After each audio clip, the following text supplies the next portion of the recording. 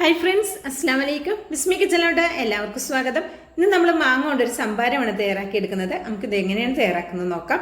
അതിനായിട്ട് ഞാൻ ഇത് അത്യാവശ്യം നല്ല വലിപ്പമുള്ള ഒരു മാങ്ങയാണ് എടുത്തിട്ടുള്ളത്. ഏത് സൈസ് മാങ്ങയും എടുക്കാവുന്നതാണ്, പച്ചമാങ്ങ കേട്ടോ. അപ്പോൾ അതിൻ്റെ തോലൊക്കെ കളഞ്ഞെടുത്തിട്ടുണ്ട്. തോല് കളയുമ്പോൾ ഇതുപോലെ നല്ല വെളുക്ക ഇങ്ങനെ ചെത്തിയെടുക്കണം കേട്ടോ. അതിൻ്റെ ആ പച്ച തോലൊന്നും അതിലുണ്ടാകരുത്. നല്ലോണം ഒന്ന് തോലൊക്കെ നന്നായിട്ട് കളഞ്ഞെടുക്കണം. ആ തോലുണ്ടെങ്കിൽ ചെറുപ്പം ഒരു ചവർപ്പ് ഉണ്ടാവും കേട്ടോ.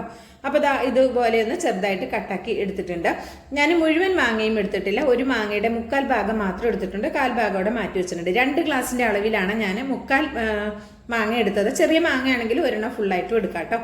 പിന്നെ ഇതിലേക്ക് നമുക്കൊരു ചീനമുളക് ആവശ്യമുണ്ട്. ചീനമുളക് എന്ന് പറയുന്നത് കാന്താരിമുളകിനാണ് കേട്ടോ. അപ്പോൾ നമ്മുടെ വീട്ടിലുള്ള ചീനമുളകാണിത്.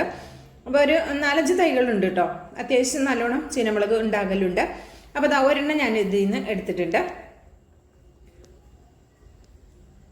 ഇനി നമ്മളിവിടെ കട്ടാക്കി വെച്ചിട്ടുള്ള നമ്മുടെ മാങ്ങ മിക്സിയുടെ ജാറിലേക്ക് ഇട്ട് കൊടുക്കാം. ഇതിലേക്ക് നമ്മൾ കട്ട് ചെയ്ത് കൊണ്ടുവന്ന ഒരു ചീനമുളക് കൂടെ ചേർത്ത് കൊടുക്കാം.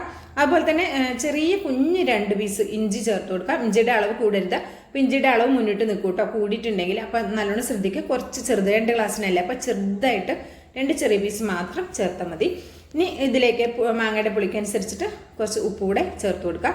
നിങ്ങളുടെ ടേസ്റ്റിനനുസരിച്ച് ഉപ്പ് ചേർക്കാം. നമ്മളിത് അടിച്ചിട്ട് ഇതിൽ കലക്കിയതിന് ശേഷമൊക്കെ ഉപ്പ് വേണമെന്നുണ്ടെങ്കിൽ ചേർത്ത് കൊടുക്കാം. ഇനി ഇതിലേക്ക് നമുക്ക് 2 ചേരുവകൾ കൂടി ചേർക്കാനുണ്ട്. അതിപ്പോഴല്ല. പിന്നെ ഇതെല്ലാം കൂടി വെള്ളമൊന്നും ചേർക്കാതെ നന്നായിട്ടൊന്ന് അരച്ചു കൊണ്ടുവന്നിട്ടുണ്ട്.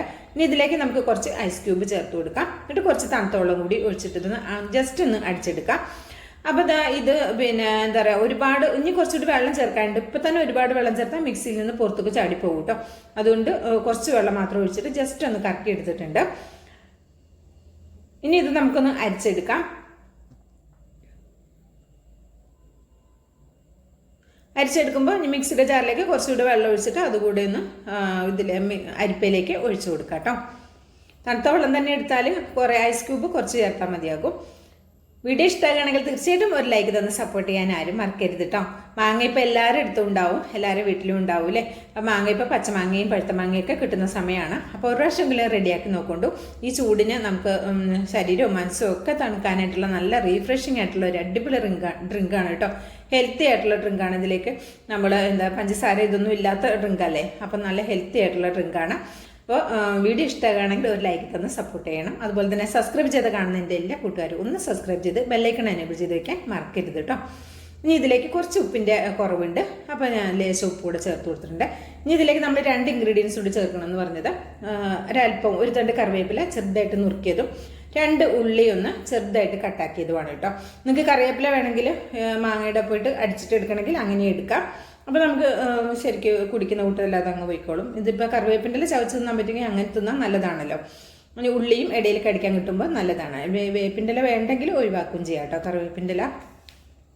ഇനി ഇത് നമുക്ക് സെർവ് ചെയ്യുന്ന ഒരു ഗ്ലാസ്സിലേക്ക് മാറ്റി കൊടുക്കാം. നമുക്ക് ഇതിലേക്ക് കുറച്ചുകൂടി ഐസ് ക്യൂബും എടുത്തു വയ്ക്കാം. അതിൽ അവസാനം ഗ്ലാസ്സിലേക്ക് ചേർത്ത് കൊടുക്കാം.